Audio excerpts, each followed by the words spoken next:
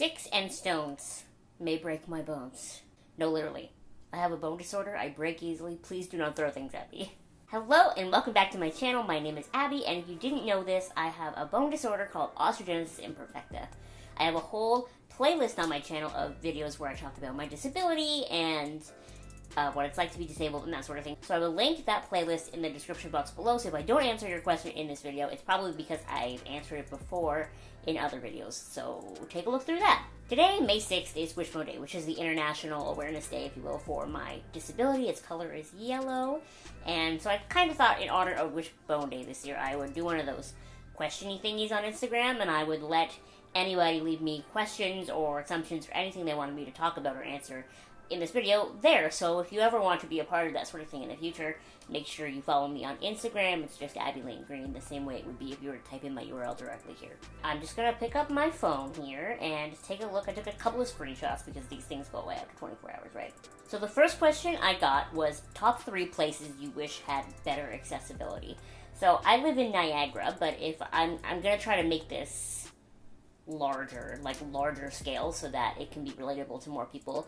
First place that I can think of is actually like hair salons. A lot of hair salons are in old buildings, like old houses, and so for that reason I've actually never had my hair professionally done, really. I mean, I had it cut professionally. I go to like First Choice where it costs like $10, and then they styled my hair professionally when it was my sister's wedding, but other than that, like, I've never fully got my hair done professionally because most places are extremely inaccessible. The second place that I wish was more accessible were bars and restaurants, kind of in general.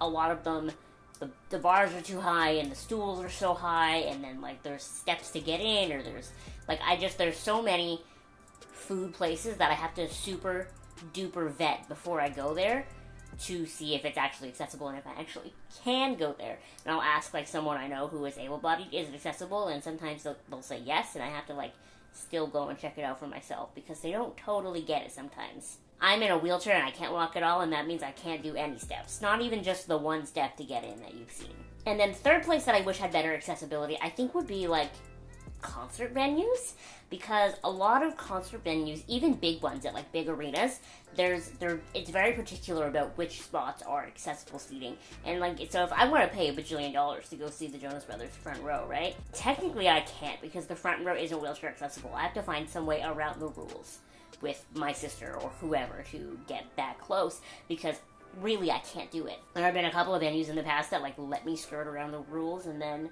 you know, there was one time where Sam, my sister, had bought front row tickets, and the area front was like general admission, so they were just folding seats, so they just took the folding seat out, so that was fine.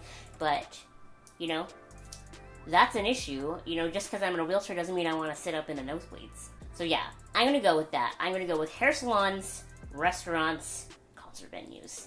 All things that I would definitely do. The next question I got was from my friend Emma, and she said, "Why are you so cute?" Aw, thanks, Emma. 10 pounds of makeup and lip filler. That's the truth of that. But then she also sent me a real question and said, what demographic tends to look down on you the most? I know, I really, like, part of me hates to answer this question because I feel like such a jerk, and it feels so anti-feminist for me to say this because that's so what it feels like, and I hate that. But, like, sort of early 60s women. Like, I'll go to the mall and they'll be like, do you need some help with your backpack, dear? I'm like, no, I got it. And then they just do it anyway. I have found that older men, if they offer to help and I say no, they'll just leave. But if an older woman asks me if I need help, she'll just do it anyway. And that drives me nuts. And in that sense, you know, I definitely feel like that demographic, if you will, looks down on me more, and they tend to sort of baby me a little bit more. But at the same time, I feel like if I speak to a woman of that age for any length of time, I can get her to take me seriously. I can get her to see me as an adult. You know, that initial moment, she's like, maybe her mom instincts kick in and she thinks I need help even though I don't. But I've never really been successful in like having older men take me seriously. Like sometimes I feel like a little toddler stomping even though I'm 25 and they should really understand what I'm saying and really listen to me and listen to the words. It doesn't always work that way, unfortunately. They're just like, okay honey, you're small. You don't know things because you're small. If that makes any sense. I think that's more of an overarching issue with young women though, and not just my disability. Like I think older men never take women my age seriously. But I'm always disappointed when it's the older woman who ignores my wishes to put my umbrella on the back of my chair by myself. So my next question I got was, what are 4 things you have learned about having a disability? So that was kind of harder because I've never not had a disability. So everything I know about being disabled is just ingrained in my life and how I live my life every day. But I have, over the past couple of years, been exposed to other disabilities and other people with disabilities, and it's through them that I've kind of, it's really easy to think about yourself and your own issues when it comes to anything, but I've really kind of made it a point to bring other disabilities into it when I'm trying to advocate for it. So rather than just complaining that this place has steps to get in, it's really dark. What if I'm visually impaired? I can't see anything in here. The font on your menu is really tiny. What if I can't see it? The music in here is so loud. If I'm hearing impaired at all, I'm not going to be able to hear the person I'm talking to. I don't know that I necessarily have a list of 4 things that I've learned about having a disability, but by talking to other people with other disabilities, I've definitely been able to open myself more to their experience and learn, it doesn't sound awful, but remember to include other disabilities other than just strictly wheelchair-type disabilities into any sort of advocating or talking that I'm doing. Next question says, dating with a disability in high school versus now that you're an adult.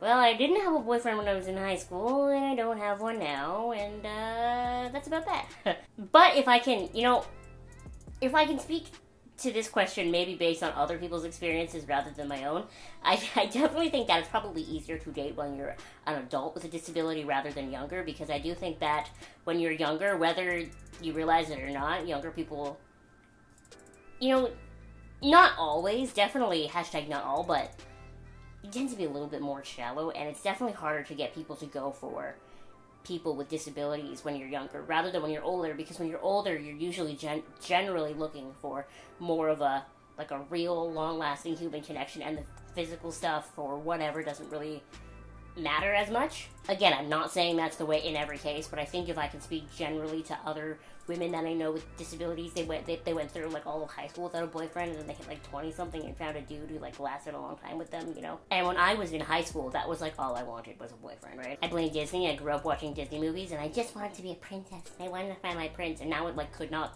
not be lower on my priority list. I'm I ain't got time for that. I got other stuff to do. I really don't even know how I would fit a dude into my schedule. I have so many naps to take and so many snacks to eat and YouTube videos to shoot. It's sorry, my schedule is full. I think that maybe also speaks to me as a person a little bit. Maybe I was more insecure in high school and I was dumb and I thought I needed a man to complete me. I hate saying that, but you know what I mean? And now I'm just so solid and secure and all of that it doesn't bother me. I don't know, but I would have to say it's probably more difficult in high school than it is in adult life. But at the same time, in high school, you have the benefit of you're around the same people all the time, so they get used to you and they get to kind of know you. Whereas as an adult, you have to try to kind of meet people, and it's unfortunate that you have to convince them to look past disability, because disability is still so taboo in the world for some reason. But you have to almost convince them, look, I'm a whole human, I'm not just a disability. And I hate that. I do hate that, but it's unfortunately still the way it is, and until we start normalizing disability and putting more disabled people in movies and on TV and writing their stories and that sort of thing, this is the way it's going to be. I was joking the other day that my disability representation when I was younger was just Dr. Finkelstein. Dr. Finkelstein? Dr. Finkelstein. In The Nightmare Before Christmas, that's it. My disability icon, Dr. Finkelstein. So the next question I got was, do you have any problems with your spinal column? I do actually have scoliosis as well. It could be as a result of my disability. A lot of people with OI have scoliosis, but it also does really run in my family. My aunt has it, my younger sister has it, and they don't have OI. So it could just have been the perfect storm for me to have scoliosis. Mine is not that bad. I'm a little bit twisted, but it really could be worse. It does not bother me. And my spine doesn't really hurt or anything, so it's just one of those things, I know I have it. I know that in theory my spine could go all wonky one day, but we're good. One of those things that I'll worry about later. The next 2 questions I got were, have you ever been able to walk at all in your life, and how many surgeries have you had? No, I've never been able to walk. I think I have answered this question before, but no, I've never been able to walk. My disability and the form of it and the way my legs are shaped, I've never been able to weight bear, so I've never been able to walk. But I have been fortunate that I haven't had any surgeries. a lot of people with my disability, although I think it's often a way to try to make them walk, like they'll get rods put in their legs or whatever, you know, they end up with quite a few surgeries. I've never, like, the goal was never to get me to walk. My parents never had a problem with me being in a wheelchair. I never had a problem with being in a wheelchair, so we just let it happen. And fortunately, I haven't needed a surgery for anything else at this point, so no walking, but no surgery. So, and then the last question I'm going to answer is, do you have a home health worker to help you?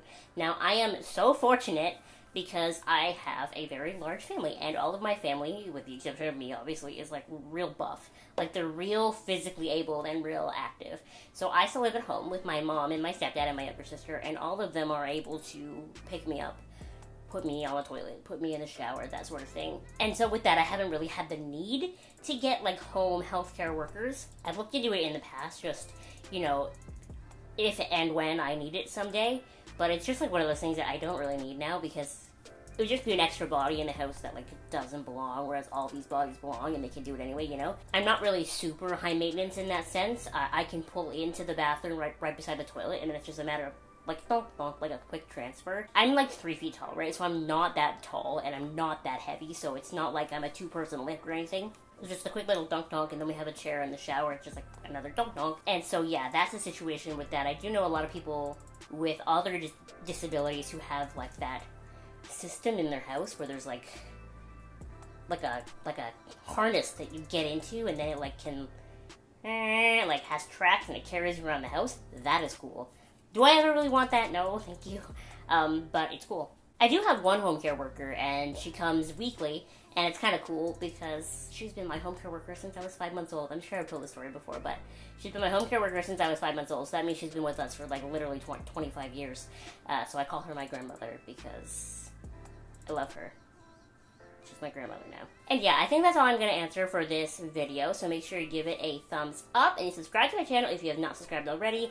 We do a lot of makeup stuff over here. We talk about disability sometimes we do both. Thank you so much for watching, and I will see you next time. Bye!